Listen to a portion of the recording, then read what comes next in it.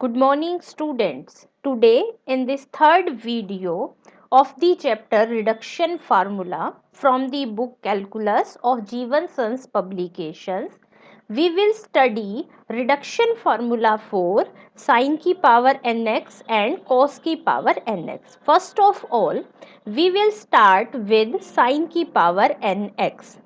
अभी तक आपने 11th-12th से लेके अब तक जितनी भी इंटीग्रेशन की टेक्निक्स सीखी हैं, साइन की पावर nx के इंटीग्रेशन का आपके पास कोई डायरेक्ट मेथड नहीं है। आपको याद हो जो रिडक्शन फार्मूला की फर्स्ट वीडियो थी, उसमें जब हमने टेंजेंट और सेकंड की पावर nx का रिडक्शन फार्मूला निकालना सीखा था, तो मैंने आपको क्या बताया था कि इस टाइप के फंक्शंस को इंटीग्रेट करने के लिए आपने क्या देखना है कि साइन की कितनी पावर का इंटीग्रेशन का आपके पास कोई डायरेक्ट फार्मूला है। तो साइन का तो आपको क्लियर कट पता है कि साइन की पावर 1 का इंटीग्रेशन करने का आपके पास डायरेक्ट फार्मूला होता है। तो मैंने हमेशा इस टाइप के क्वेश्चंस में ऐसे ही करना है कि हमने इसमें से साइन की 1 पावर जिसका इंटीग्रेशन का मेरे पास डायरेक्ट फार्मूला था उसे सेपरेट कर लिया और बाकी जो बची n-1 पावर उसे अलग रख लिया। अब हम इसको बाय पार्ट्स इंटीग्रेट करेंगे। तो आपको क्लियर है कि साइन की n-1 पावर को मैं फर्स्ट फंक्शन मानूंगी और साइन एक्स को सेकेंड फंक्शन मानूंगी और बाय पार्ट्स अब इसको इंटीग्रेट करते हैं। तो देखिए first as it is, second का integration minus cos X minus first का डेरिवेटिव n-1 साइन की power n-2x into cos X और साथ में कॉस का साइन का डेरिवेटिव माइनस कोस एक्स। अब ये माइनस है, ये ब्रैकेट से बाहर आ गया, n-1 ब्रैकेट से बाहर आ गया, आपके पास बच गया ये फंक्शन। आपको मैंने लास्ट 2 वीडियोस में भी ये कॉन्सेप्ट बार बार रिपीट किया है कि रिडक्शन फार्मूला में जो सिंप्लीफाई होके इंटीग्रल बचेगा उसमें वही फंक्शन होना चाहिए जो आपका गिवन इंटीग्रल में है। तो गिवन में सिर्फ साइन फंक्शन है, यहाँ साइन और कॉस दो फंक्शन आ गए, तो मैं इस कॉस को भी किस में बदल लेती हूँ, साइन में। तो मैंने कॉस स्क्वायर एक्स की जगह लिख दिया 1 minus sine square x. Bracket open कर दी। ब्रैकेट ओपन करने के बाद आप ये देखिए, ये वाली जो टर्म है ये आपकी लेफ्ट हैंड साइड वाली टर्म के साथ सेम है, तो इसे मैं लेफ्ट साइड पर ले आती हूँ। तो ये प्लस के n-1 हो जाएगा और एक 1 यहाँ पर पहले से ही है, तो मैंने कॉमन लिख लिया इसको। तो ये वाली टर्म से तो प्लस के n-1 और यहाँ से आपका 1 ये आ गया और बाकी सारी टर्म्स को लिख दिया एज इट इज। यहाँ देखिए 1 से आपका 1 कैंसिल हो गया, आपकी ये टर्म्स बच गई, यहाँ पर ये बच गया, n को मैं उधर डिवाइड में ले आती हूँ। तो ये आपका रिक्वायर्ड रिडक्शन फार्मूला बन गया है। स्टार्टिंग में साइन की पावर nx थी, इस फार्मूले को एक बार लगाने के बाद पावर रिड्यूस होकर n-2 हो गई। इसी फार्मूले को जब हम रिपीटेडली लगाएंगे तो आप चाहें तो इसी टेक्निक से अपने कंप्लीट इंटीग्रल को इजीली सॉल्व कर पाएंगे। अब फॉर एग्जांपल के लिए आपको साइन की पावर 4x का इंटीग्रेशन करना हो, तो जो नॉर्मल टेक्निक्स आपने अभी तक सीखी हैं उनके अकॉर्डिंग साइन की पावर 4x का इजीली इंटीग्रेशन नहीं हो सकता था। अब मैं इसका इंटीग्रेशन करती हूँ यूजिंग ये वाला रिडक्शन फार्मूला। तो यहाँ पर n को क्या पुट कर दे, 4 इन इक्वेशन 1। तो जरा देखिए ये क्या बन जाएगा, साइन की power 3x into cos x by 4, 4 minus 1 हो गया 3/4 और sine square x. Next page पे चलते हैं। अब देखिए फिर हमने उसी फार्मूले में इक्वेशन 1 में n को 2 पुट करके साइन स्क्वायर एक्स का फॉर्मूला निकाल लिया। साइन की पावर 0x क्या होता है, फंक्शन की पावर 0 बन गया 1, तो ये आपका 1 है। तो जब आप इसका इंटीग्रेशन करोगे तो ये वाली टर्म क्या बन जाएगी, 1/2 तो आपका बाहर है ही, मैं सिर्फ इस वाली टर्म की बात कर रही हूँ, और मल्टीप्लाई में आपका क्या आ जाएगा, x। तो अब ये देखिए मैंने साइन की पावर 4 में बाकी सब एज इट इज लिखा, यहाँ था आपका integration of sine square x, उसकी वैल्यू एक तो ये वाली टर्म और दूसरी से x/2 पुट कर दी, यही आपका रिक्वायर्ड आंसर आ गया। इसी टाइप से आप साइन की किसी भी पावर को इस रिडक्शन फॉर्मूला की हेल्प से इजीली कैलकुलेट कर सकते हैं। अब हम नेक्स्ट, आपका ये बहुत ही इंपॉर्टेंट रिजल्ट है, इस रिडक्शन फार्मूला से अब हम एक फार्मूला डिराइव करेंगे और उस फार्मूला की हेल्प से ही हम अपने क्वेश्चंस को सॉल्व करेंगे कि अगर साइन की पावर nx का आपको इंटीग्रेशन करना हो और लिमिट्स हो 0 to π/2, और किसी केस में ये फार्मूला अप्लाई नहीं होगा। आपने एक पॉइंट ध्यान से नोट करना है कि ये फार्मूला जो अब हम डिराइव करने जा रहे हैं वो 0 से π/2 लिमिट पर ही अप्लाई होता है, साइन nx dx। ठीक है, n आपका positive, even and odd integer है, कि मतलब n वैसे तो पॉजिटिव है लेकिन वो इवन और odd integer both values assume करेगा। तो नॉर्मली तो हम कह देते हैं कि n पॉजिटिव इंटीजर है, लेकिन यहाँ पर स्पेशली ये इवन और ऑड वर्ड क्यों मेंशन करे गए हैं, क्योंकि जब आप इस इंटीग्रल को इवेल्युएट करेंगे तो इस इंटीग्रल की वैल्यू पॉजिटिव ऑड इंटीजर और पॉजिटिव इवन इंटीजर के केस में स्लाइट डिफरेंट आ रही है। इसलिए यहाँ मेंशन किया गया है कि ये जो साइन की पावर है, अगर फ्रैक्शनल नंबर होगा, नेगेटिव नंबर होगा, तो ये आपका रिजल्ट अप्लाई नहीं हो सकता। ठीक है, तो अगर n कोई भी पॉजिटिव इंटीजर है, चाहे वो इवन हो या ऑड हो, लिमिट हो 0 to π/2, तो साइन की पावर nx dx का इवेल्युएट करके रिडक्शन फार्मूले के साथ साथ आपको इस इंटीग्रल को क्या सॉल्व करना है, कंप्लीट।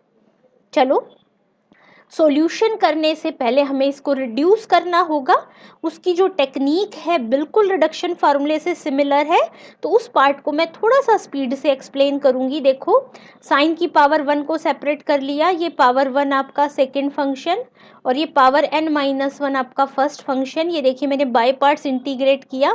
बाय पार्ट्स इंटीग्रेट करने के बाद ये जो फर्स्ट वाला पोर्शन है, अब मैं इस पर लिमिट 0 से π/2 अप्लाई करूंगी। अब आपको पता है cos π/2 कितना होता है, 0, और साइन 0 कितना होता है, 0। तो जैसे ही आप अपर या लोअर लिमिट पुट कर रहे हो, दोनों में से एक फंक्शन बन जाता है 0, तो ये फर्स्ट टर्म रिज्यूम होके क्या बन जाएगी, 0। अब हम आ जाते हैं सेकेंड टर्म पे। तो देखो n-1 तो मैंने कॉमन रख लिया, माइनस कॉमन आके प्लस हो गया, साइन की n-2 और cos स्क्वायर x बचा। cos स्क्वायर को 1 माइनस साइन स्क्वायर पुट करा, साइन स्क्वायर पुट करने के बाद ये ऐसे सिंप्लीफाई हो गया। अब ध्यान दीजिए, 0 to π/2 में जब साइन की पावर n थी, मैंने उसे in बोला था, तो जब 0 to π/2 में साइन की पावर n-2 होगी तो मैं उसे in-2 लिख दूं, और यहाँ पर पावर n है तो मैंने उसे in लिख दिया। अब ये in लेफ्ट साइड पर भी था तो इसको भी मैं लेफ्ट साइड पर ले आई, दोनों में से in देखो कॉमन आ गया, आपका ये बचा, 1 से 1 आपका कैंसिल हो गया, तो यहाँ बचेगा n इंटू in, और राइट साइड पर है n-1 इंटू in-2, तो ये n आ जाएगा डिवाइड में। तो ये है जो रिजल्ट आपका आया है, ये आपका रिक्वायर्ड रिडक्शन फार्मूला आ गया जब आपके फंक्शन साइन की पावर nx पर आपने लिमिट 0 से π/2 भी क्या कर दी थी, अप्लाई। अब हम क्या करने हैं, हमें इसे कंप्लीटली सॉल्व करना है। तो कंप्लीटली सॉल्व करने के लिए मैंने लास्ट वीडियो में भी जो टेक्निक बताई थी, सिमिलर टेक्निक हम यहाँ यूज करेंगे। in-2 की अब क्या निकाल लेते हैं, वैल्यू। तो यहाँ पर n की जगह क्या पुट कर दूं, n-2। देखिए मैंने पुट कर दिया। पुट करने के बाद ये जो रिजल्ट आया है इसे हम यहाँ पर पुट कर देते हैं इक्वेशन 1 में।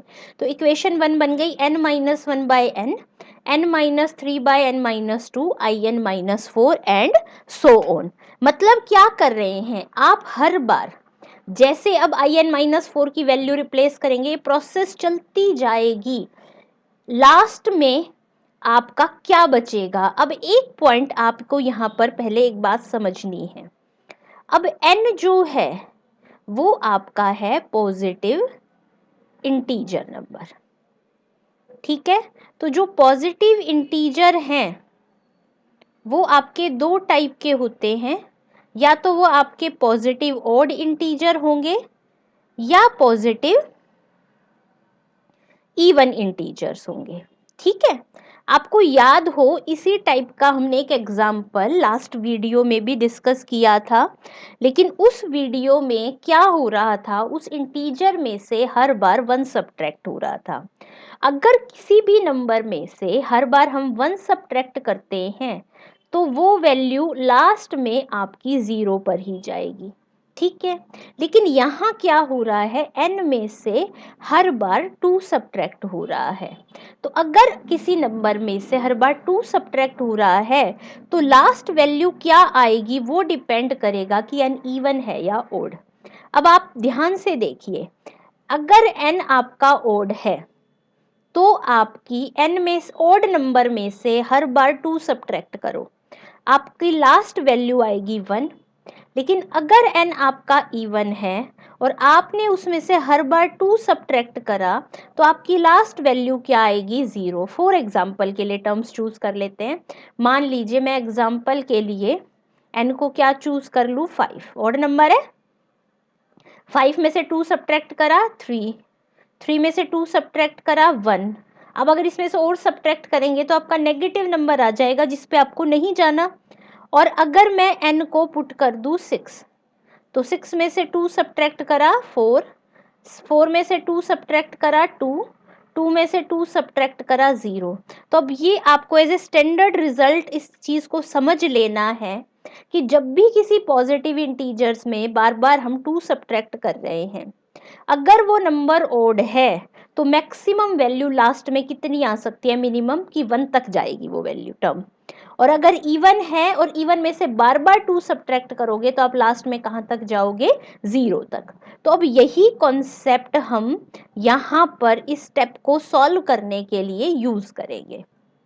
नेक्स्ट स्टेप पर जाने से पहले एक कॉन्सेप्ट आप और समझ लीजिए, यहाँ है n, यहाँ है n-1 और यहाँ है n-2। तीनों टर्म कंसेक्यूटिव टर्म्स हैं, तो जो नंबर i के साथ लिखा जाएगा उससे एक बड़ा नंबर यहाँ है और उससे एक बड़ा नंबर यहाँ है। ऐसे ही देख लिए यहाँ हो गया है। ये एक्चुअल में है कि आपका ऊपर आ रहा है आपका n-3, नीचे है आपका n-2 और यहाँ पर है आपका in-4। ये नंबर फिर तीनों कंसेक्यूटिव है, जो यहाँ नंबर उससे एक बड़ा यहाँ और उससे एक बड़ा यहाँ। इसी कॉन्सेप्ट को यूज करते हुए ये जो पैटर्न रिपीट होगा, अब हम इसकी सारी टर्म्स लिखेंगे।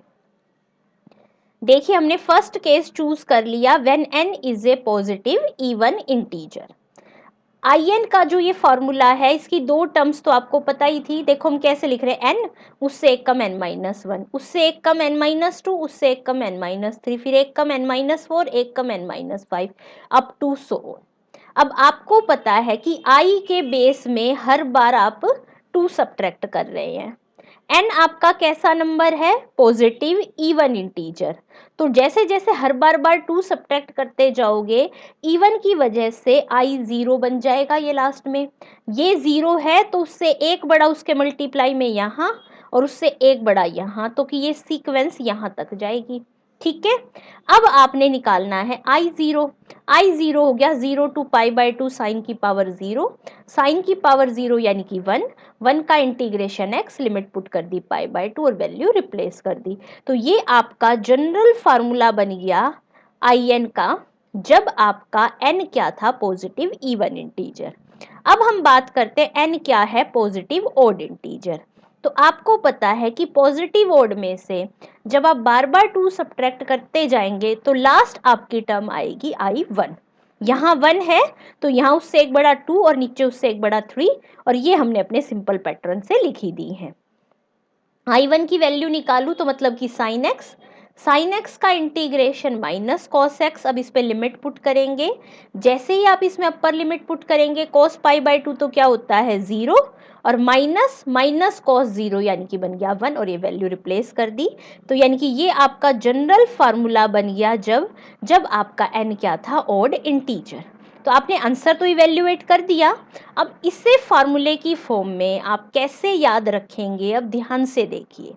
अब पहले मैं इस फार्मूले को आपको ऑब्जर्व करने को कहती हूँ और इस टर्म को जरा ध्यान से देखिए। ऊपर वाले में π/2 आया, नीचे वाले में π/2 नहीं आया। π/2 कब आ रहा है, जब आपका n क्या हो, पॉजिटिव इवन इंटीजर। तो हम जब ये फार्मूला लिख रहे हैं, हमने देखो 0 से π/2 साइन की पावर nx, इस फार्मूले को आपने अच्छे से याद रखना है क्योंकि जितने भी अब आपके क्वेश्चंस हैं इस एक्सरसाइज के, मोस्टली क्वेश्चन इसी फार्मूले पर बेस्ड है। क्या बोलते हैं इसे? वेल्लीज फार्मूला। तो मैंने इस फार्मूले को भी पॉजिटिव इवन और पॉजिटिव ऑड के केस में डिफरेंट लिखा, और इवन वाले केस में ये एक्स्ट्रा π/2 मल्टीप्लाई करके लिख दिया। ठीक है, अब आप जरा ध्यान से देखिए, n-1 में से अगर मैं 2 सब्ट्रैक्ट कर दूं तो n-3 आ जाएगा। n-3 में से अगर मैं 2 सब्ट्रैक्ट कर दूं तो n-5 आ जाएगा, अप टू सो ऑन। अब मुझे बताइए, n अगर आपका इवन है, ठीक है, तो जो आपका n-1 होगा, ये तो सबको क्लियर है ना कि इवन में से अगर 1 सब्ट्रैक्ट कर दूं तो ऑड नंबर ही आएगा। अब न्यूमरेटर में था आपका n-1 ऑड नंबर, हर बार आप उसमें से 2 सब्ट्रैक्ट करते जा रहे हैं, तो लास्ट टर्म 1 ही आएगी। ठीक है, नीचे है आपका इवन नंबर, या आप इसको यूं भी समझ लीजिए कि नीचे वाली टर्म ऊपर से एक बड़ी लिख रहे हैं, तो n में से 2 सब्ट्रैक्ट करा n-2, 2 सब्ट्रैक्ट करा n-4, और लास्ट टर्म में आपने 0 तो लिखना नहीं, क्योंकि वैसे तो इवन में से 2 सब्ट्रैक्ट करते जाएं तो लास्ट टर्म क्या आती है? 0। लेकिन वो 0 तो आपका ये यहाँ हो चुका कंसीडर, यहाँ उससे एक पहले वाली टर्म है, तो 1 से एक नेक्स्ट बड़ी टर्म इवन क्या आ जाएगी? 2। ऐसे ही अब नीचे आ जाओ, यहाँ पर n जो था वो आपका ओड था, ठीक है, तो जो आपका n-1 हुआ वो कैसा नंबर हो गया? इवन। ठीक है, तो जब यहाँ प्रोडक्ट्स में आप लिख रहे हो तो n-1 में से 2 सब्ट्रैक्ट कर n-3, उसमें से 2 सब्ट्रैक्ट कर n-5, up to so on process चलती गई, प्रोडक्ट में लास्ट इवन नंबर क्या आएगा? 2, और नीचे आपका n कैसा है? ऑड, और उससे ऊपर वाले से एक बड़ी टर्म नीचे आनी है, तो आपने 1 ना लिखकर यहाँ पर क्या लिखा? 3, क्योंकि 1 वाला पोर्शन यहाँ पर आपका आ चुका है।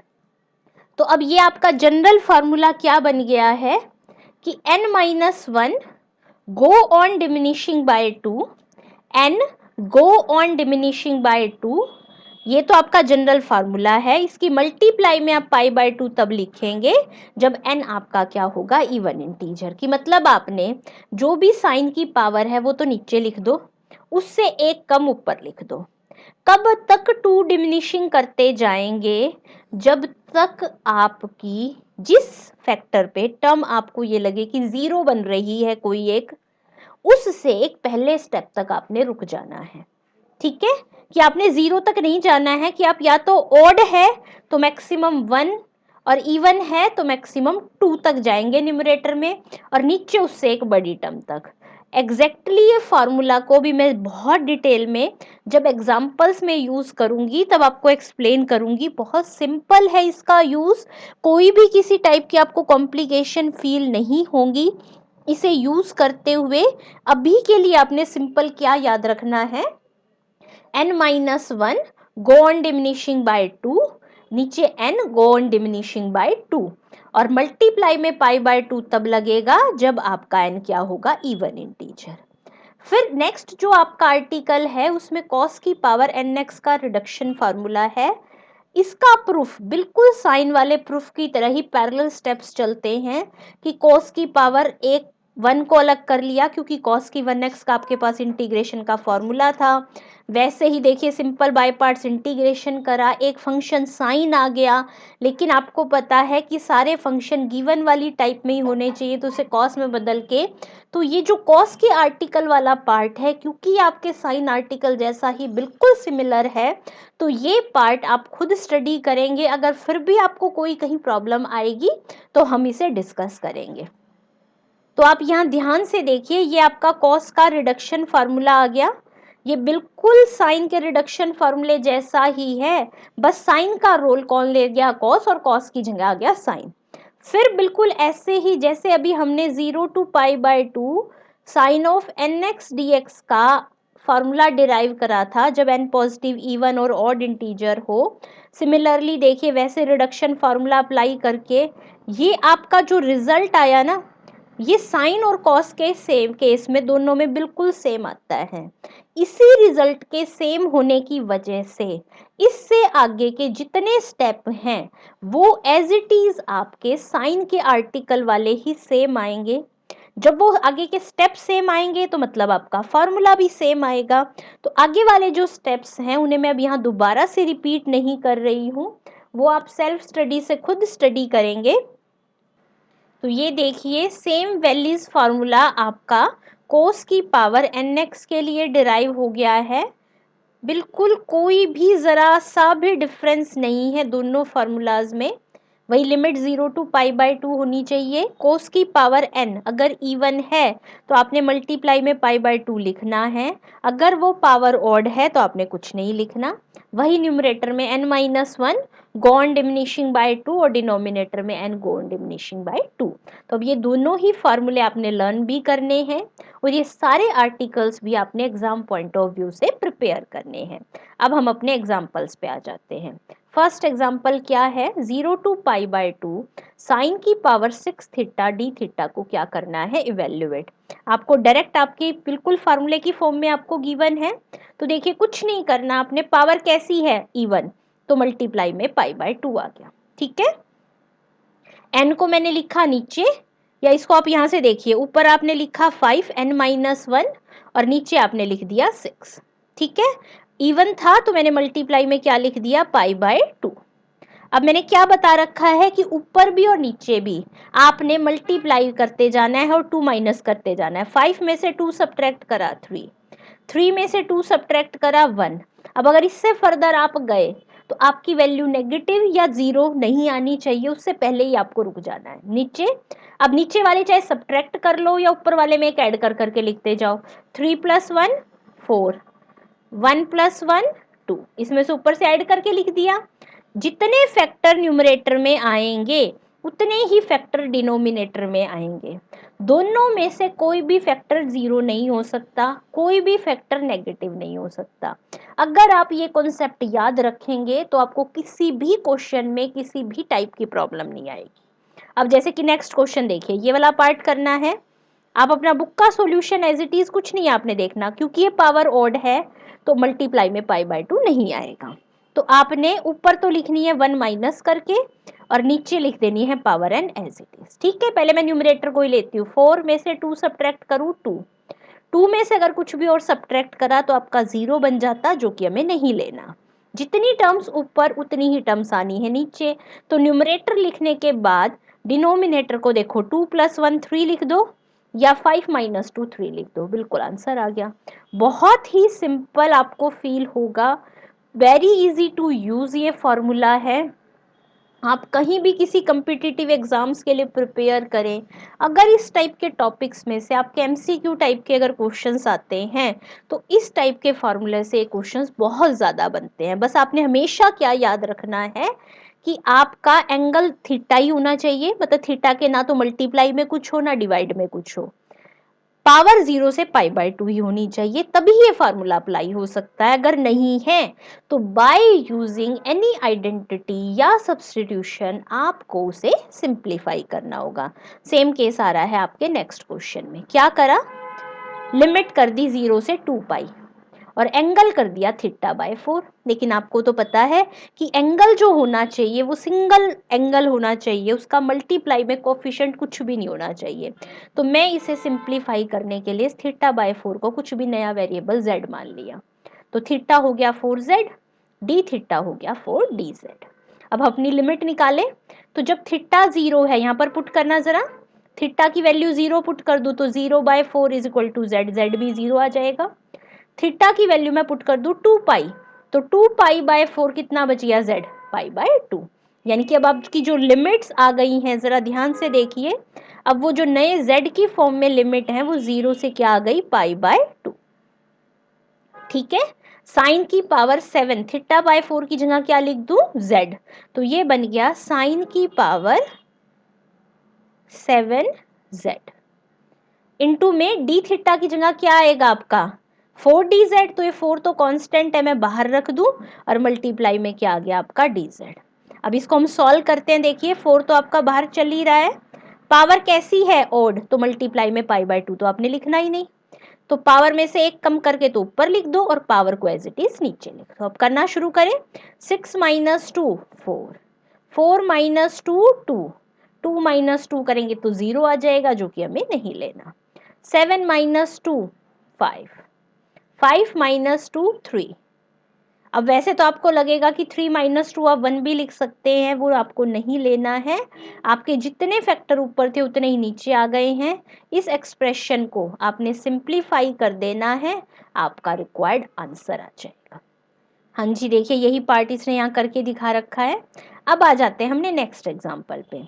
आपने जब भी 11th-12th में सिंपल अपनी इंटीग्रेशन की टेक्निक्स सीखी थी, तब आपने वहाँ पर पढ़ा हुआ है कि अगर आपका अंडर रूट में ए स्क्वायर माइनस एक्स स्क्वायर आ जाए, ठीक है, तो आपने क्या पुट करना होता है एक्स को, ए साइन थीटा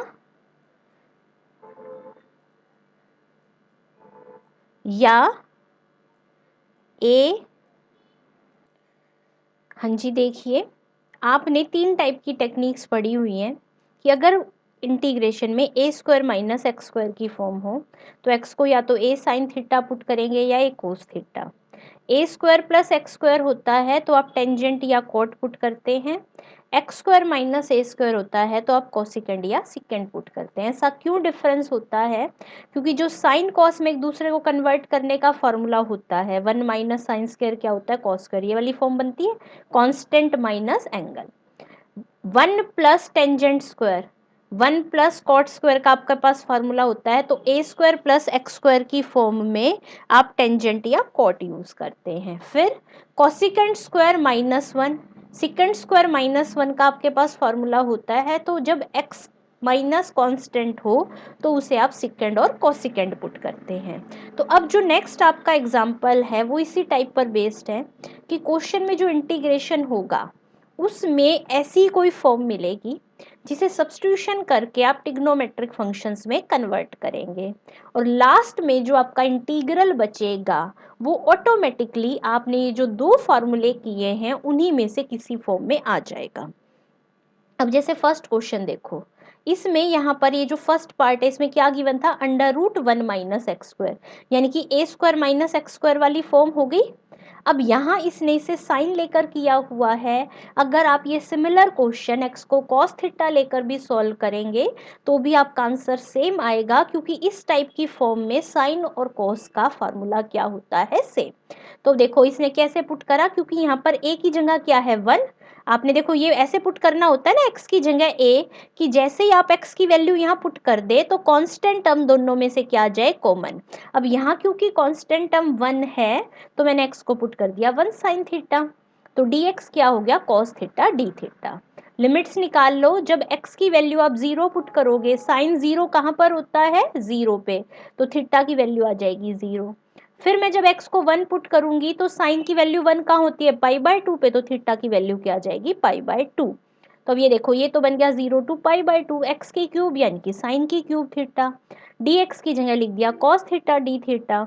नीचे बनेगा under root 1 minus sine square, वो बचेगा अंडर रूट कॉस स्क्वायर, और अंडर रूट से बाहर आके बच गया कॉस, कॉस से कॉस कैंसिल हो गया आपका, ये बचा।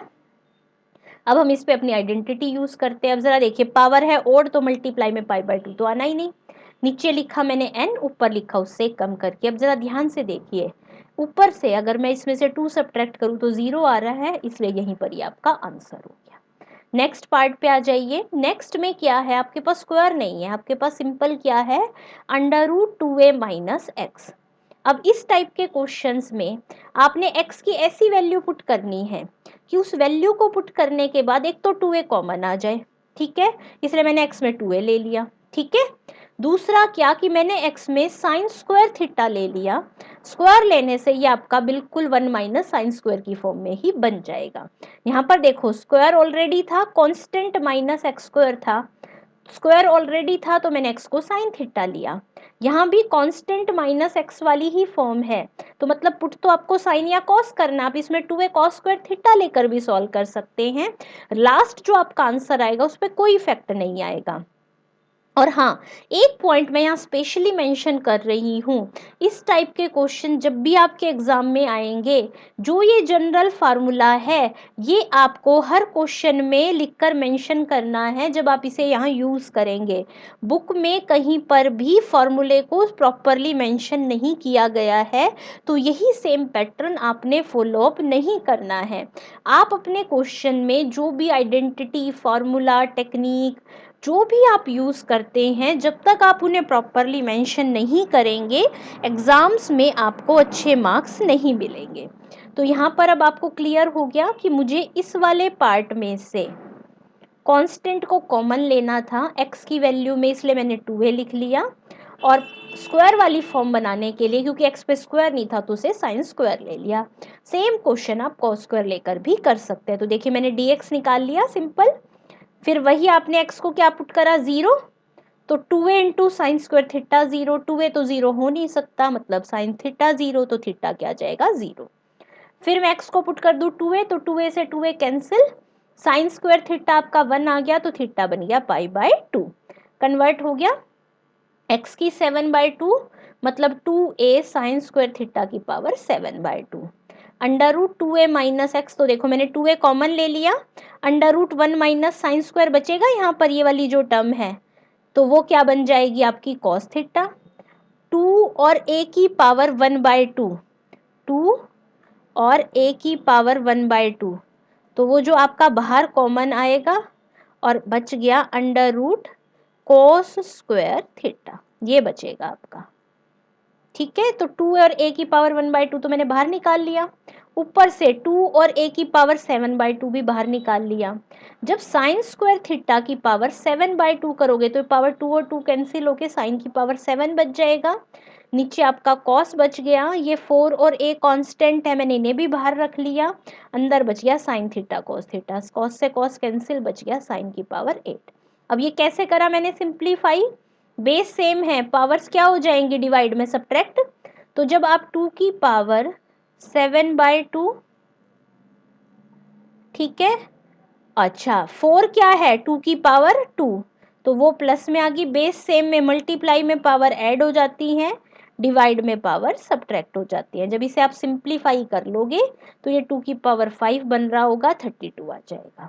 ऐसे ही a की पावर करूंगी, देखो क्या क्या है a की पावर, ऊपर एक तो है पावर 7/2, फिर प्लस में ही एक पावर 1, तो मैंने उसे ऐड कर दिया, और डिवाइड में है माइनस के 1/2। इसे आप सिंप्लीफाई करेंगे तो ये a की पावर 4 बच जाएगा। अब हम सॉल्व करते हैं इसको, क्योंकि आपकी पावर साइन की इवन है तो मल्टीप्लाई में π/2 आएगा।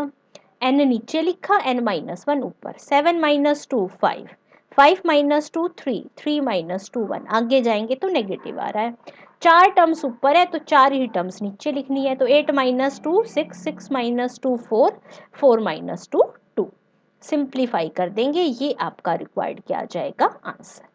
नेक्स्ट एग्जाम्पल पे आते हैं, 0 टू π/2 साइन की power 2n into x D x, इसके इंटीग्रल को आपने इस फॉर्म में कन्वर्ट करना है।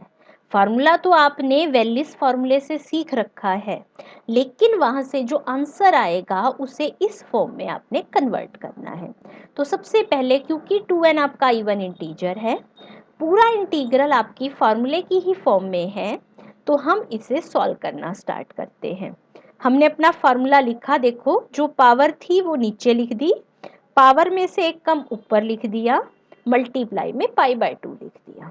अब 2n माइनस 1 में से 2 सब्ट्रैक्ट करूँ 3 आ जाएगा, फिर 2 सब्ट्रैक्ट, अब 2n माइनस 1 कैसा नंबर है आपका, ऑड नंबर है, ये तो सबको क्लियर हो रहा होगा कि जब 2n इवन में से एक सब्ट्रैक्ट कर दिया तो ऑड, ऑड में से 2 2 सब्ट्रैक्ट करते जाओ, लास्ट नंबर क्या आ जाएगा, 1। नीचे उससे एक बड़ा नंबर लिखना होता है, तो मैंने क्या लिख दिया, 2, और 2n माइनस 2, और मल्टीप्लाई में आ गया π/2। अब π/2 तो आप अपने आंसर में देखो दोनों जगह है सेम, तो यानी कि जो ये आपका मैं ब्रैकेट में बॉक्स में पोर्शन लिख रही हूँ, ये आपके इस बॉक्स वाले पोर्शन के क्या बनाना है आपने, इक्वल। ठीक है, तो अब जरा इन दोनों पोर्शंस को कंपेयर कीजिए। यहाँ न्यूमरेटर में है 2n का फैक्टोरियल, यहाँ न्यूमरेटर में है simple odd terms 2n-1, 2n-3 up to so on 1। तो अब हम क्या करते हैं, ऊपर वाले न्यूमरेटर को आपने 2n फैक्टोरियल बनाना है, तो उसमें जो जो टर्म्स मिसिंग है हम उनसे डिवाइड और मल्टीप्लाई कर देते हैं। तो 2n फैक्टोरियल की पहली टर्म होगी 2n, जो कि यहाँ मिसिंग है। मैंने देखो ऊपर भी करा और नीचे भी कर दिया, तो नीचे एक पहले से थी, स्क्वायर आ जाएगा। फिर इन दोनों के बीच की कौन सी टर्म मिसिंग है, 2n-2, उससे भी डिवाइड और मल्टीप्लाई कर लिया, तो वो नीचे। तो अब जब ध्यान से जरा देखें तो ये ऊपर सारी ऑड टर्म्स हैं, नीचे इन्हीं के बीच की सारी इवन टर्म्स हैं। तो एक्चुअल में जो नीचे वाली टर्म्स थी उन्हीं से आप डिवाइड मल्टीप्लाई कर रहे हो, तो नीचे उन सभी पर क्या आ जाएगा, स्क्वायर। और ऊपर आपका ये पूरा जो है ये आपका क्या बन गया, 2n का फैक्टोरियल। कि हमने क्या करा कि ऊपर ऑड टर्म्स थी, इवन टर्म्स मिसिंग थी, उनसे डिवाइड और मल्टीप्लाई कर लिया, तो ऊपर सारी टर्म्स बनके 2n का फैक्टोरियल बन गया। डिनोमिनेटर में आपकी वही सारी टर्म्स थी जिनसे आपने डिवाइड मल्टीप्लाई किया था, तो नीचे वो सभी टर्म्स दो बार होने से उन पर क्या आ गया, स्क्वायर। न्यूमरेटर तो हो गया आपका सॉल्व। अब जरा आपने डिनोमिनेटर को ध्यान से देखिए, डिनोमिनेटर में क्या क्या है, 2n है, फिर अगली टर्म है 2n-2 up to so on, last term है आपकी 2। अब मैं क्या करूं, देखूं तो हर टर्म में से 2 कॉमन आ रहा है, मैंने वे सारे 2 क्या रख लिए, कॉमन रख लिए। हर बार आएगा ना, क्योंकि प्रोडक्ट में तो प्लस में होता तो एक ही आता, प्रोडक्ट में से तो हर किसी में आएगा।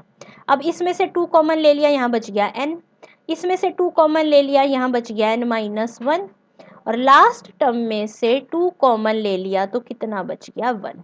अब जरा ध्यान से देखना है कितनी टर्म्स थी 1 से लेके n तक, तो ये 2 कितनी बार कॉमन आया आपका, n टाइम्स। तो एक्चुअल में क्या बच गया, 2 की पावर n, n टाइम्स है ना 2, और ये क्या बच गया, ये जो फैक्टोरियल फॉर्म में n का फैक्टोरियल। तो अब जरा ध्यान से मैच करना, और स्क्वायर आपका पूरे पे चल ही रहा है, तो ये वाला जो पार्ट है ये सॉल्व होने के बाद 2n इंटू में n फैक्टोरियल का स्क्वायर बच जाएगा। न्यूमरेटर आपने 2n फैक्टोरियल प्रूव कर ही दिया है, तो यही आपका रिक्वायर्ड आंसर है कि हमने क्या करा, नीचे जितनी भी टर्म्स थी सभी में से 2 कॉमन ले लिया। ये टोटल थी 1 से लेकर n तक n टर्म्स, तो 2 कितनी बार कॉमन आएगा, n टाइम्स, तो 2 की पावर प्रोडक्ट में कितनी बार कॉमन आ गया, n, और बाकी जो ये बचा आपका n फैक्टोरियल, और पूरे पे आपका स्क्वायर चल ही रहा था। तो इस तरीके से आपने अपनी राइट हैंड साइड को जो आपका 2 प्रूव था उसी की फॉर्म में क्या कर दिया, कन्वर्ट। तो देखिए यहाँ पर इसने यही करके दिखा रखा है, सभी में से 2 कॉमन लिखा, कितनी बार कॉमन आया, 2 की पावर n टाइम्स, ये बच गया आपका n फैक्टोरियल, और इसे सिंप्लीफाई कर दिया। नेक्स्ट क्वेश्चन पे आ जाइए। अब यहाँ पर है देखो कांस्टेंट प्लस एक्स स्क्वायर वाली फॉर्म, तो मैंने वहां पर बताया था इस टाइप के क्वेश्चंस में आपने टेंजेंट या कॉट यूज करना होता है। यहाँ देखिए टेंजेंट यूज करा तो कॉस का फार्मूला आ गया, आप कॉट यूज करते तो साइन का फार्मूला आ जाता। क्योंकि दोनों का फार्मूला बिल्कुल सिमिलर है तो इसलिए आपको बिल्कुल टेंशन लेने की ज़रूरत नहीं है कि आपको बुक ही जैसा सब्स्टिट्यूशन करना, कहीं पर भी ज़रूरी नहीं है। आप दूसरी टाइप का सब्स्टिट्यूशन करेंगे तो भी आपका वैसा ही आंसर आ जाएगा। तो अब देखिए क्योंकि यहाँ कांस्टेंट टर्म 1 थी तो मैंने टेंजेंट z पुट कर दिया। अगर कांस्टेंट टर्म a होती तो हम a टेंजेंट z पुट कर देते। x को टेंजेंट थीटा भी लिख सकते हैं, dx हो गया सेकंड स्क्वायर z dz। अब लिमिट देखिए x की जब मैं 0 पुट करूं, टेंजेंट कहाँ 0 होता है, 0 पे, तो z 0 ही आ गया। x को मैं इन्फिनिटी पुट करूं तो टेंजेंट की वैल्यू कब इन्फिनिटी होती है, π/2 पे, तो z π/2 आ गया। वैल्यूज देखिए मैंने पुट कर दी, नीचे बचेगा 1 plus tangent square second square, second square की पावर n हो गई सेकंड की पावर 2n। अब क्योंकि आपके पास जो फॉर्मूला था वो सेकंड के लिए ना होकर किसके लिए था, कॉस के लिए, तो देखिए मैं इस स्टेप को अगर वैसे सिंप्लीफाई करूं तो इसे मैं लिख सकती हूं सेकंड की पावर 2n माइनस 2z। क्या करा, बेस सेम थे, पावर सब्ट्रैक्ट कर ली। अब 1/सेकंड किसके इक्वल हो जाएगा, कॉस, पावर वही सेम। अब कॉस पे फॉर्मूला लगा दे, क्योंकि पावर इवन है तो वहां पर आ जाएगा π/2। 2n-2 तो लिखा नीचे और ऊपर लिख दिया 2n-3। क्योंकि 2n-3 आपका ऑड नंबर है तो मैं इसमें से 2 सब्ट्रैक्ट करती जाऊंगी, तो ऑड की लास्ट वैल्यू क्या आएगी 1, और नीचे उससे एक बड़ी वैल्यू क्या लिख दी 2, और 3 से बड़ी लिख दी 4, और 2n-5 में 1 प्लस करके लिख दी ये। यही आपका क्या गया रिक्वायर्ड आंसर। अगर क्वेश्चन में टू प्रूव में कुछ कन्वर्ट करना नहीं गिवन है तो जो ऐसे कन्वर्ट करके आएगा वही आपका आंसर हो जाएगा। लेकिन अगर टू प्रूव में कुछ फॉर्म में, जैसे कि इस वाले क्वेश्चन में दे रखा था ना कि आंसर को इस फॉर्म में कन्वर्ट करो, तो आपको कन्वर्ट करना कंपल्सरी हो जाता है। नेक्स्ट क्वेश्चन पे आ जाइए। 0 to π/2 थीटा इंटू साइन की power n theta D theta का आपने रिडक्शन फार्मूला निकालना है, जो कि ये गिवन है। और फिर इस रिडक्शन फार्मूला में n की जगह क्या पुट करना है आपको 5। अब ध्यान से, सबसे पहला काम क्या है आपका, जब भी ऐसे कॉम्प्लिकेटेड इंटीग्रेशन हो तो मोस्टली हर क्वेश्चन में हम इंटीग्रेशन बाय पार्ट्स यूज करते हैं।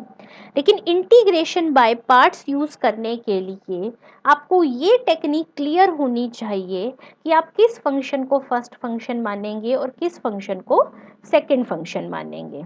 तो जरा जो टेक्निक बुक में यूज की गई है उससे पहले जो जो टेक्निक आपके माइंड में आ सकती है हम जरा उन पर डिस्कशन कर लेते हैं। नॉर्मली आपके माइंड में ये आएगा कि साइन की पावर n थीटा को आप सेकंड फंक्शन मान लीजिए और थीटा को आप फर्स्ट फंक्शन मान लीजिए। ठीक है, अब क्या प्रॉब्लम होगी अगर आप ऐसा कर लेते हैं, साइन की पावर n थीटा के इंटीग्रेशन का कोई भी आपको डायरेक्ट फार्मूला नहीं पता है तो आप इसको इंटीग्रेशन बाय पार्ट सिंपल नहीं कर पाएंगे। तो फिर हम सोचते हैं कि हम तो रिवर्स कर लेते हैं कि थीटा के तो इंटीग्रेशन का आपको सभी फार्मूले पता हैं और साइन की पावर n के डिफरेंशिएशन के फार्मूले पता हैं, तो रिवर्स करने पे तो क्वेश्चन सिंपल सॉल्व हो जाएगा। लेकिन अब प्रॉब्लम क्या आएगी, थीटा को अगर आपने सेकंड फंक्शन माना तो मतलब आप थीटा का क्या करेंगे इंटीग्रेशन, तो मतलब थीटा की पावर क्या होती जाएंगी इंक्रीज। अब थीटा की अगर पावर इंक्रीज होंगी तो जो सिंप्लीफाई करके नया इंटीग्रल आएगा वो इस वाले इंटीग्रल से बड़ा ही आ जाएगा, तो रिड्यूस तो हुआ ही नहीं ना। मैंने कहा क्या है आपको कि जैसे ही आप सॉल्व करेंगे जो नया इंटीग्रल आएगा उसमें कोई पावर सेम रह सकती है या कम हो सकती है, बड़ी पावर नहीं आ सकती, तो इस टेक्निक से तो पावर बड़ी हो जाएंगी। तो यानी कि जो आपको थीटा है इसे तो आपको फर्स्ट फंक्शन में ही रखना पड़ेगा। जैसे ही इसका कोई भी पार्ट सेकंड में गया तो इसका क्या हो जाएगा इंटीग्रेशन और पावर क्या हो जाएंगी इंक्रीज। लेकिन जो साइन वाला फंक्शन है उसको भी पूरा आप सेकंड में नहीं रख सकते, क्यों, क्योंकि साइन की पावर n का आपको इंटीग्रेशन का फॉर्मूला नहीं पता। तो अब जरा देखिए हम इस क्वेश्चन को कैसे सॉल्व कर रहे हैं। हमने क्या करा, थीटा को तो मैं सेकंड में ले नहीं जा सकती, साइन पूरे का मुझे इंटीग्रेशन नहीं आता, तो साइन की जितनी पावर का मुझे इंटीग्रेशन पता था उसे तो मैंने कर लिया अलग और उसे मान लिया सेकंड फंक्शन, और बाकी ये जितना बचा ये पूरा का पूरा है अब आपका फर्स्ट फंक्शन। क्लियर। अब हम इसका इंटीग्रेशन बाय पार्ट्स करेंगे और इसमें लिमिट अपनी 0 से π/2 अप्लाई करेंगे। तो देखिए first function as it is sine का इंटीग्रेशन माइनस कॉस, फिर फर्स्ट का डेरिवेटिव देखिए u इंटू वी से करा है, बिल्कुल सिंपल डेरिवेटिव, आप इसे खुद स्टडी कर सकते हैं। इंटू में साइन का डेरिवेटिव माइनस कॉस। अब इस टर्म पे आ जाइए, जैसे ही इसमें आप अपर लिमिट पुट करेंगे मल्टीप्लाई का ये cos π/2 0 होते पूरी टर्म को बना देगा 0। फिर जब आप इसमें लोअर लिमिट पुट करेंगे थीटा की जगह भी 0 और साइन थीटा 0 पे भी 0, तो पूरी टर्म क्या बन जाएगी 0, यानी कि फर्स्ट फैक्टर तो कन्वर्ट हो गया 0 में। अब आ जाइए इस पे, अब आपने क्या करना है, एक बार तो ये वाली टर्म आपकी माइनस कॉस थीटा से मल्टीप्लाई होगी, माइनस बाहर आके प्लस हो गया, आपकी टर्म बच गई है। फिर आपका ये माइनस माइनस तो प्लस हो ही चुका है, n-1 देखिए सेकंड वाले में से कॉमन आ गया, इस वाली टर्म के मल्टीप्लाई में एक और कॉस आने से कॉस स्क्वायर थीटा हो गया। अब पहले हम सेकंड वाले इंटीग्रल को ही देख लेते हैं। मैंने आपको लास्ट क्वेश्चंस में भी बार बार बताया है कि कंप्लीट सॉल्व करने के बाद आपका सिर्फ वही फंक्शन रहने चाहिए जो आपके गिवन में थे। उसमें है आपके पास थीटा और साइन, यहाँ कॉस स्क्वायर आ रहा है, कॉस स्क्वायर को आप इजीली साइन में कन्वर्ट कर सकते हो 1 माइनस साइन स्क्वायर करके। ब्रैकेट ओपन कर दी मैंने, जरा देखिए ये दोनों बन गए। अब ये वाला जो है ये आपका un ही है और ये आपका क्या है un-2। ठीक है, आपने ये तो सॉल्व करना सीख लिया। अब बात करते हैं हम इसकी। अब इस वाले इंटीग्रल में जो भी आपके फंक्शंस यूज हो रहे हैं, कोई भी फंक्शन आपके गिवन वाली फॉर्म में नहीं है, लेकिन आपको एक आइडेंटिटी पता है, मैंने बहुत बार रिपीट भी कर दी है, कि फंक्शन की पावर हो आपके पास, मैं कुछ भी लिख लेती हूँ n, इनटू में फंक्शन का हो डेरिवेटिव, उसके इंटीग्रेशन की आपके पास सिंपल टेक्निक है कि फंक्शन की पावर n+1, और ये कर कैसे सकते हैं आप यूज, कि फंक्शन को आप कुछ भी नया कांस्टेंट t नाम दे दीजिए और ये आपका क्या हो जाएगा, इजीली सॉल्व। ये टेक्निक आपने बहुत अच्छे से 11th-12th में भी स्टडी की हुई है। तो अब जरा देखिए, फंक्शन साइन थीटा की पावर है n-1, मल्टीप्लाई में साइन का डेरिवेटिव है कॉस, तो वो आइडेंटिटी यूज करते हुए साइन की पावर n-1 में 1 ऐड करोगे तो ऊपर पावर n और नीचे में n, इस पे अब लिमिट लगा दे 0 to π/2। साइन 0 कितना होता है, 0, तो लोअर लिमिट तो 0 हो गई। अपर लिमिट में जैसे ही इसकी जगह π/2 पुट करोगे, न्यूमरेटर बन गया 1, तो ये बच गया 1/n। तो ये वाला इंटीग्रल पूरा सॉल्व होकर किस पे रिड्यूस हो गया, 1/n पे। ये वाला इंटीग्रल दो इंटीग्रल्स में ब्रेक हो गया, ये un-2 और ये un, लेफ्ट साइड पर आपका un चल ही रहा था, तो ये un वाली टर्म मैं लेफ्ट साइड पर ले आई।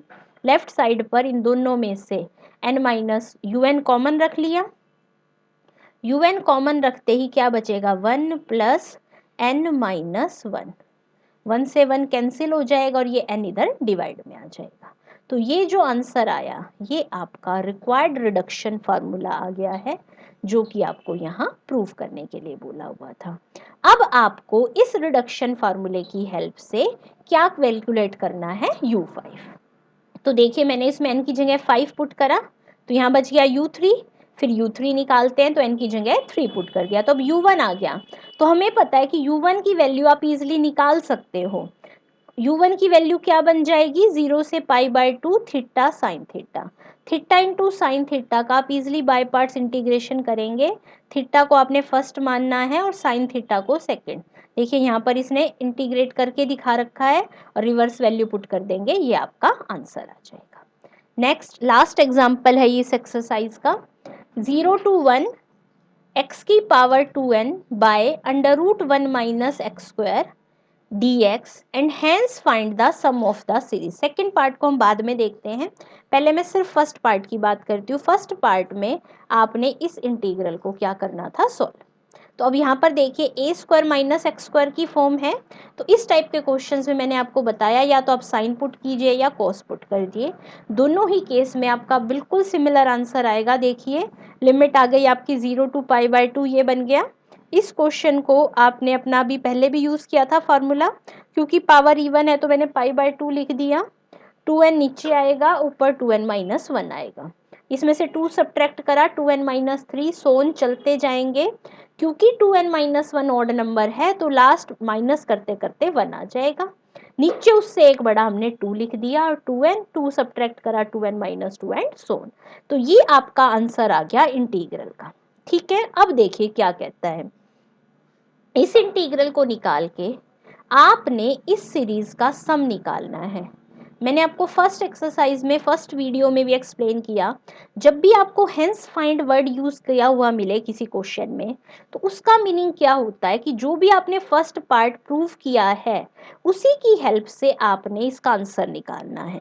अब इस क्वेश्चन का इंटीग्रल का आंसर आपके पास ये आ चुका है।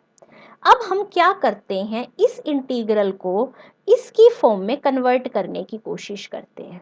अगर ये इंटीग्रल इस टाइप की किसी सीरीज के इक्वल आ गया, तो जो आंसर इस इंटीग्रल का है वही आंसर क्या हो जाएगा, इस सीरीज का। मैं दोबारा से रिपीट कर रही हूं, अब हम कुछ टेक्निक्स यूज करते हुए इस इंटीग्रल को इस सीरीज की फॉर्म में कन्वर्ट करेंगे। अगर ये इंटीग्रल इस सीरीज के इक्वल प्रूव हो गया, तो जो आंसर इस इंटीग्रल का है वही आंसर क्या होगा, इस सीरीज का। अब जरा देखिए हम क्या कर रहे हैं, क्योंकि हमें ये इंटीग्रल सीरीज की फॉर्म में चाहिए था, तो मैंने √1 - x² को क्या लिख लिया, 1 - x², और ये पावर ऊपर ले जाके -1/2। बाइनोमियल थ्योरम आपने बहुत अच्छे से क्लास में स्टडी की हुई है 11th-12th में।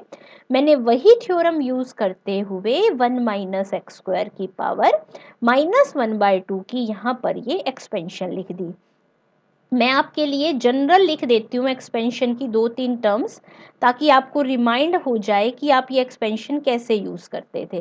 कि 1 प्लस टी की पावर n की अगर मुझे एक्सपेंशन यूज करनी है तो वो होती थी 1 प्लस n इंटू में t प्लस n इंटू में n माइनस 1 बाय में 2 का फैक्टोरियल t का square up to so on. ठीक है। और अब यहां पर आपके पास क्या है, 1 प्लस में माइनस एक्स का स्क्वायर। अब ये होल स्क्वायर नहीं है, सिंपल सिर्फ माइनस एक्स का स्क्वायर की पावर है -1/2। तो यहाँ पर t की वैल्यू क्या हो गई आपके पास, माइनस एक्स स्क्वायर, और आपके पास n की वैल्यू है माइनस के 1/2। तो अब जरा यूज करना 1 प्लस n और t, ये आपका t है, प्लस का साइन नहीं है, तो दोनों को मल्टीप्लाई करो जरा, तो क्या बन जाएगा 1/2 एक्स स्क्वायर। फिर आपको लिखना है n मतलब कि n और n minus 1/2 factorial into T का स्क्वायर। तो n आपका है -1/2, एक्चुअल में ये टर्म ऐसे आएगी, n है आपका -1/2, -1/2 में से 1 सब्ट्रैक्ट कर दोगे तो आपका बन जाएगा -3/2। तो ये दोनों माइनस कंबाइंड होकर यहाँ प्लस हो गए हैं, और साथ में आपका आ जाएगा ये जो 2 फैक्टोरियल है इसके नाम का एक 1/2 आ गया, और माइनस एक्स स्क्वायर का स्क्वायर। तो ऐसे ही आप ये बाइनोमियल एक्सपेंड कर लेंगे। बाइनोमियल एक्सपेंड करने के बाद ये x की पावर 2n हर टर्म से मल्टीप्लाई हो जाएगी। तो देखिए बाइनोमियल में x की 2n को अंदर सभी से मल्टीप्लाई कर दिया। अब हम इसका इंटीग्रेशन कर रहे हैं। देखो x की पावर 2n का इंटीग्रेशन x की 2n plus 1 by 2n plus 1, फिर x की power 1/2 as it is, x की पावर 2n प्लस 2 का इंटीग्रेशन ये हो गया 1/2 इंटू 3/4 एज इट इज।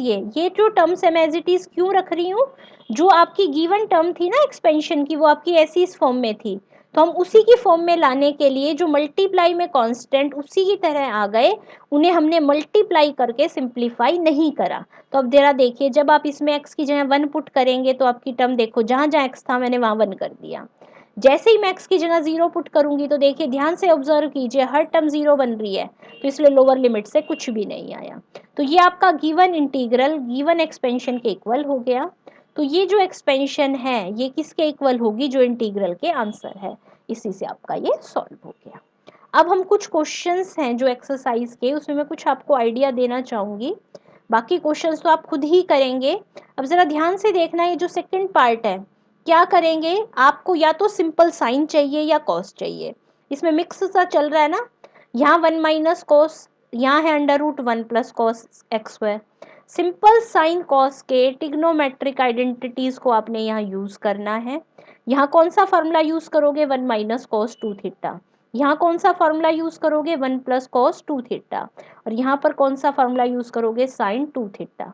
तो सभी सिंप्लीफाई होके एंगल x/2 में कन्वर्ट हो जाएंगे। फिर इस x/2 को आपने कुछ नया वेरिएबल t पुट कर लेना है, इससे लिमिट भी 0 टू π/2 की फॉर्म में आ जाएगी और आपका क्वेश्चन सॉल्व हो जाएगा। ये देखिए, ये तो बिल्कुल आपके एग्जाम्पल की तरह ही है। अब यहाँ पर जरा देखिए, ax माइनस एक्स स्क्वायर आया, आपने पुट इस तरीके से करना है x को कि सॉल्व करने के बाद एक तो कांस्टेंट टर्म कॉमन आ जाए। तो मैंने देखो x को पुट कर लिया a साइन स्क्वायर थीटा।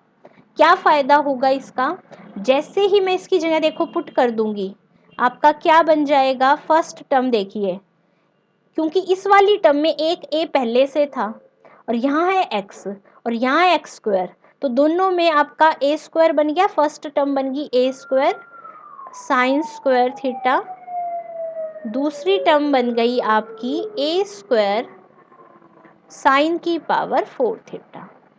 अब जरा ध्यान से देखिए इसे, a स्क्वायर दोनों में से कॉमन तो अंडर रूट से बाहर a आ जाएगा, साइन स्क्वायर दोनों में से कॉमन तो अंडर रूट से बाहर साइन थीटा आ जाएगा। अब अंदर क्या बच गया आपका अंडर रूट में, 1 माइनस साइन स्क्वायर थीटा। तो 1 माइनस साइन स्क्वायर थीटा को आप लिखेंगे कॉस स्क्वायर थीटा और अंडर रूट से बाहर कॉस आके सिंपल तरीके से सॉल्व हो जाएगा। बाकी और सभी क्वेश्चन सिंपल हैं। अब जरा इस वाले पार्ट को ध्यान से देखिए, एक एंगल cos 2 थीटा और एक cos 2 थीटा, अगर एंगल डिफरेंट है तो आप उसे ऐसे सॉल्व नहीं कर सकते। तो जरा ध्यान से देखिए मैं कैसे एंगल को सिंप्लीफाई कर रही हूँ। cos 2 थीटा को मैंने पुट कर लिया 1 माइनस 2 साइन स्क्वायर थीटा। वैसे cos थीटा 2 थीटा का cos वाला भी फॉर्मूला होता है, अगर यहाँ पर आपने cos वाला फॉर्मूला लगा दिया तो सब्स्टिट्यूशन जो अंदर करेंगे बाहर उसका डेरिवेटिव होना चाहिए, क्योंकि बाहर cos था इसलिए मैंने साइन का फॉर्मूला यूज करा। अब जरा ध्यान से देखिए 1 माइनस 2 साइन स्क्वायर थीटा आपका इससे तो गिवन फॉर्मूले में फॉर्म में कन्वर्ट हो नहीं पाएगा।